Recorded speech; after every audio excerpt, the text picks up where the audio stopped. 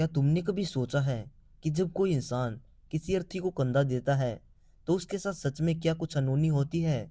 क्या वो सिर्फ एक रस्म निभा रहा होता है या फिर अनजाने में वो किसी ऐसी दुनिया के संपर्क में आ जाता है जिसके बारे में हम कभी सोच भी नहीं सकते? आज मैं जो तुम्हें बताने जा रहा हूँ वो कोई फिल्म कहानी नहीं है, बल्कि उन बातों पर आधारित है जिन्हें बहुत से लोगों ने महसूस किया है, लेकिन वो डर की वजह से किसी को खुलकर बता नहीं पाए। रात का समय था। लगभग 11 बजे हुए थे। चारों तरफ सन्नाटा पसरा हुआ था। दूर कहीं कुत्ते भौंकने की आवाज आ रही थी और हवा में एक अजीब सी ठंड थी। और गांव के बाहर स्थित शमशान घाट में एक चिता जल रही थी। लकड़ियों के जलने की आवाज और उड़ती हुई आग की लिपटें माहौल को और भी भयानक बना रही थी। और उसी समय चार लोग एक शव को लेकर वहां पहुंचते हैं। सबके चेहरे पर दुख था, लेकिन साथ ही एक अजीब सी खामोशी भी। उन चार लोगों में से एक लड़का था। उसका नाम था राहुल। वो पहली बार किसी अर्थी को कंधा दे रहा था। शुरू में उसे लगा कि यह सिर्फ एक सामाजिक जिम्मेदारी है, लेकिन जैसे ही उसने उस अर्थी को अपने कंधे पर लिया, उसे एक अजीब सी सिरन महसूस हुई, जैसे कोई ठंडी हवा उसके शरीर के आर पार गुजर गई हो।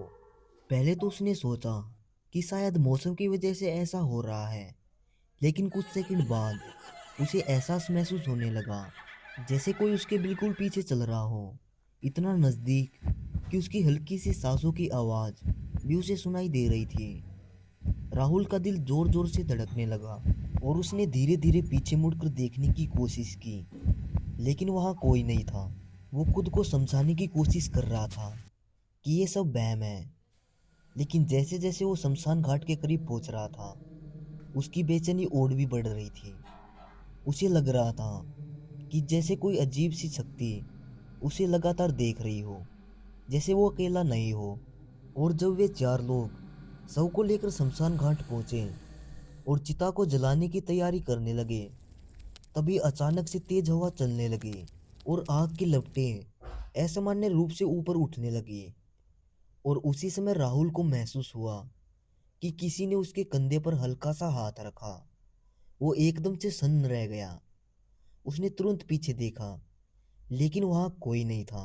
अब यहाँ एक सवाल उठता है, क्या सच में ऐसा कुछ हो सकता है? क्या कोई आत्मा उस समय हमारे आसपास मौजूद होती है? हिंदू धर्म के एक प्राचीन ग्रंथ में इसके बारे में विस्तार से बताया गया है। उस ग्रंथ का नाम है गरुड़ पुराण। इसमें लिखा है, जब किसी व्यक्ति की मृत्यु होती है तो उसकी आत्मा तुरंत इस दुनिया को नहीं छोड़ती।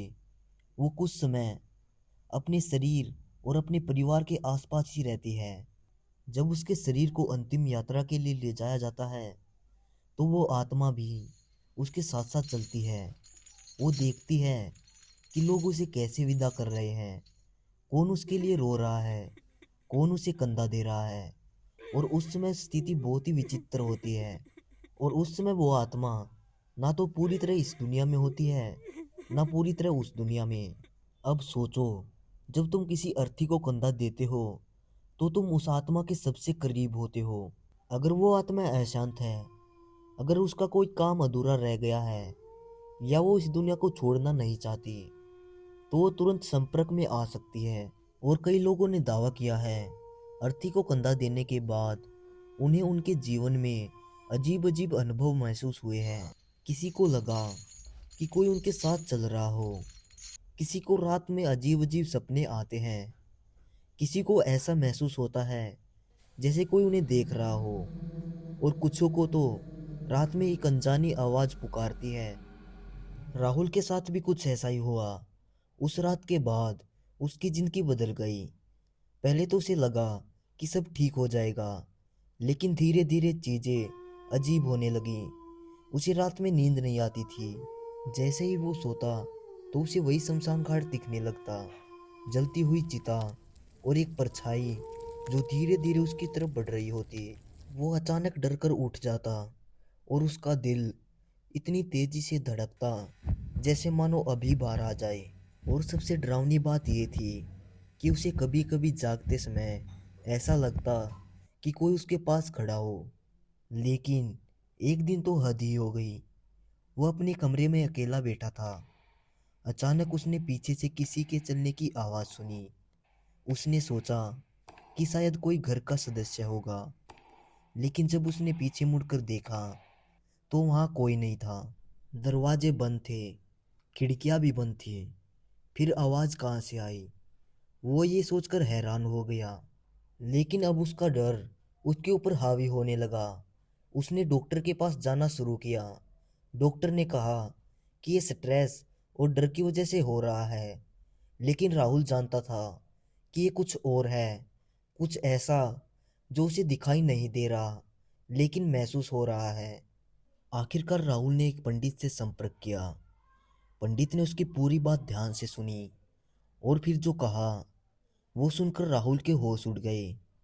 पंडित ने कहा, जिस शव को तुमने कंधा दिया था उसकी आत्मा अभी शांत नहीं हुई, वह तुम्हारे संपर्क में आ गई है।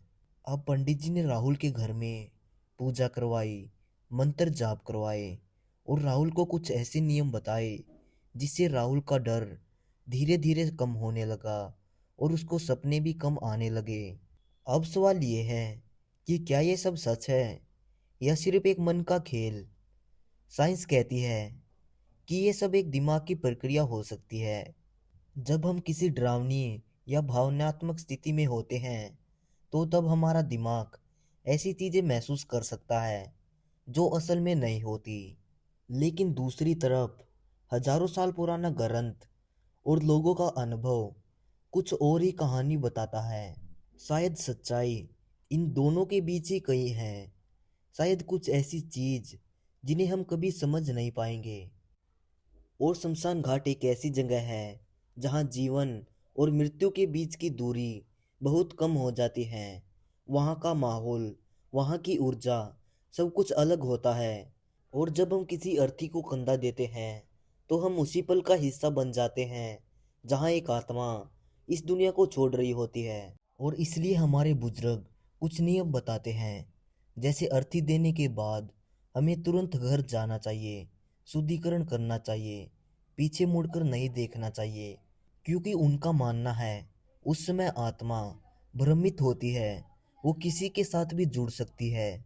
अब चाहो तुम इन बातों पर विश्वास करो या ना, लेकिन एक बात जरूरी है, मृत्यु एक ऐसा रहस्य है जिसे आज तक कोई पूरी तरह समझ नहीं पाया।